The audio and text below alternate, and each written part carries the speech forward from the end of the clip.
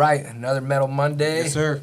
With my friend Brett. How you doing, man? I'm good, man. I'm good. I'm feeling like I'm ready to be back to work, like at work. You know? Yeah. You had a hybrid week. Yeah, it was my kids had spring break last week, so I was able to do a little bit of work, do a little bit of kid time, a lot of kid time, a lot of family time, which I love doing. But I'm also like I love what I do, so it's like I'm like when I start chomping at the bit, like I'm like, all right, I'm ready to ready to go again. So it's a good. You can't turn mix. it all the way off either. I mean, No. that's just the nature of what we do for a living. At least our roles, like, and my wife's learned to accept it. Yeah, you got a good wife. She doesn't always love it, but she also gets it. And I'm like, I don't. It's not a Monday through Friday 9 to 5 in my role. No. And that especially your role even more so than mine probably. Well, I think both of our roles are similar. I think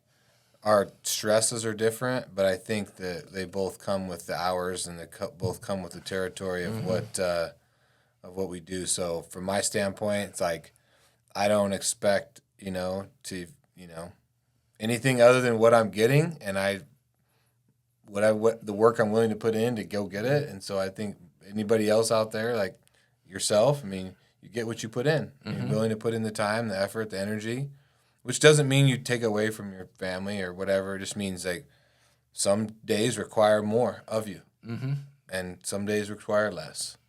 And that's once you realize there's no true 50-50 or there's no true balance of anything. Like, and it's just like some days, some weeks it might be 80% work, 20% family, and other weeks it might be the other way. When I'm like out on the road or on vacation with them, there's still that 20% work component in there, and and not everyone has a position like that, but I think you earn those positions. Yes, like they're a privilege.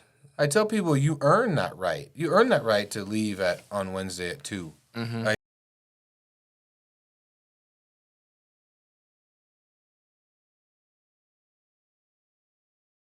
that, then it's probably not a good spot. But also, if they're like they don't recognize it, maybe it's like a reflection on like maybe you haven't paid your dues yet. Maybe you haven't earned that right in their eyes. Whatever that is. And I'm not here to make that call. I mean, I don't see the day to day with a lot of our guys, right? But other people do. And so from my standpoint, I think that you pay the piper one way or the other. Pay me now, pay me later. Put your work in now or put the work in later. But you're gonna have to put the work in.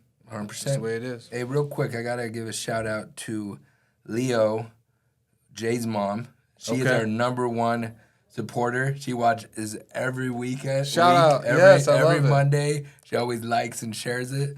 She's probably our only person out there who watches religiously like that. Maybe. And is there any more of a hustler than Jay's mom? Like, oh yeah, like a true Well, we've been going to their house every other Monday or Tuesday to have dinner because my daughter's getting one of their baby cats. Yeah. So we've been going to hang out there every 2 weeks till the cat's ready, and so it's been fun. Like I already see Jay a lot, but I don't get to see his wife and his mom, and so we've been doing like family dinner. I love it. And that's when it came up, and I said, I'm giving you a shout out. So here's your shout out. We appreciate it. Thank you, Leo. Appreciate you. Thanks for hanging in there with us. How you raised Jay? That guy's a straight up gangster. That's why. I mean, you see Jay's mom, and you see Jay, and you see why Jay's the way he is. Yep. Like it's not that hard, right? Yep, 100%. All right, what are the markets doing? What are we seeing? Well, the LME copper's up, right? Yes. Which is starting to close the gap. But I mean, obviously, this morning I woke up and it was 517 on the COMEX. Yes. It's flat now. It's back to 510. But, LME's up to the 457. So it's starting to close that gap on the COMEX. We'll see. I think the COMEX is going to have to come down, I don't see the LME rocketing up to $5, but I guess you never know. Yeah. Which should help out on the export side if that gap does close. It should start taking away some of these arbitrages. Because that's what's going on right now. It's putting a lot of pressure on, anybody that's exporting copper. The gap, the the price gaps is widening out. You know what the COMEX says the price should be versus what you're selling the material for. People are, oh, it's $5 copper. How come my price hasn't changed that much? Well, it's because the people that are buying the material haven't made the adjustment to $5. That's what I've been copper, having to right? explain to a lot of our customers. A lot of them don't quite understand it, but that's the truth. Like we're not getting that full. We're not getting the COMEX price, basically. Yeah. You know, Which and I think that's similar. We fight that battle on the steel side, right? When the price of new steel goes up $100 a ton, $200 a ton, like it has lately on some items, we ain't getting up 200. no. Like just because the price of I-beam or plate or your structural steel went up. I remember many months where that new price is going ripping, and then our price goes down. Yeah. And I know a lot of people that see it on both sides. They're like, "What the fuck?" Like, Yeah. And I'm like, it's not anything for us as we, own TV pipe, where we see that we fight that same fight. Yeah. So we do see that, and I feel the pain. It to this day doesn't make a lot of sense in my mind, but Yeah. it's just part of the game. Which is like one of our advantages, I think, on the pipe side is when we feel like the price is moving up, we can try and get ahead of some of that on the inventory side, right? So that being said, I mean, we do try and work that side of it. We don't always get it right.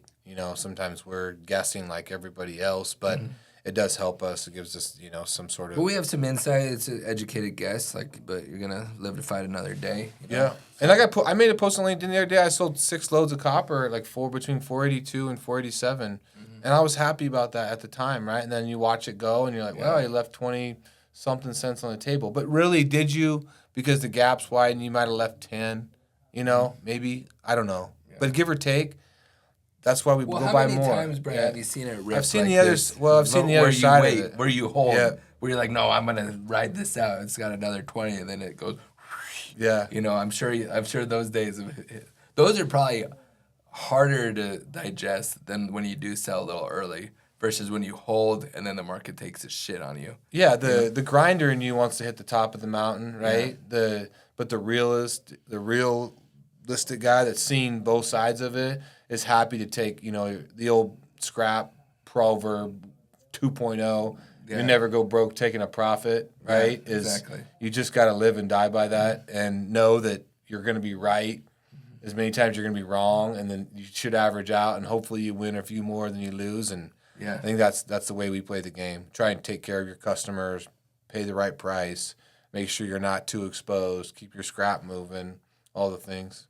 10 scrap commandments will be coming out here soon. I like it, man. Yeah. I want to know what the other 9 are. I'm working on that. Okay. We'll put that up on the board, the whiteboard here soon. Right? Okay. I love it. Chalk talk. Cool. All right. Well, thank you, Brett. Thank you, everyone. Keep grinding. Everybody have a great week. Be ready. Bulls versus Bears next week's coming out. Talk about these Ferris markets. It's wild times. April's already coming. Let's get this party started. All right. Thanks, everybody. Everybody has a great day.